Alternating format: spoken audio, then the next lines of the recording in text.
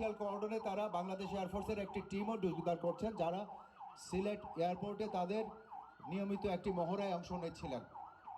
সম্মানিত অতিথি, আগুন লেগে গেছে, আমাদের ফায়ার ভেহিকেল চলে এসছে, আমাদের দ্বিতীয় ফায়ার ভেহিকেলও আমরা প্রত্যাশা করছি এক্ষুনি চলে আসবে। আপনারা দেখতে পাচ্ছেন, যেহেতু আগুনটি বাতাসের কারণে পূর্ব দিক থেকে আগুনটি বেড়ে যাচ্ছে, সেজন্য ফায়ার ভেহিকেল অবস্থান নিয়েছে পূর্ব দিকে, যাতে যারা অগ্নি নির্বাপন করবেন তাদের যেন কোনো ক্ষতি না হয়।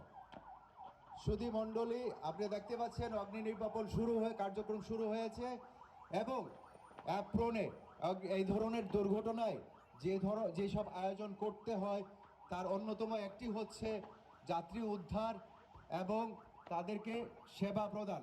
আমরা সেই কার্যক্রমও দেখতে পাচ্ছি শুরু হয়ে গেছে। তার অংশ হিসাবে একটি কমান্ড পোস্ট স্থাপিত হয়েছে। Number 2-1, settle with the commander. On-scene commander, please settle, take position and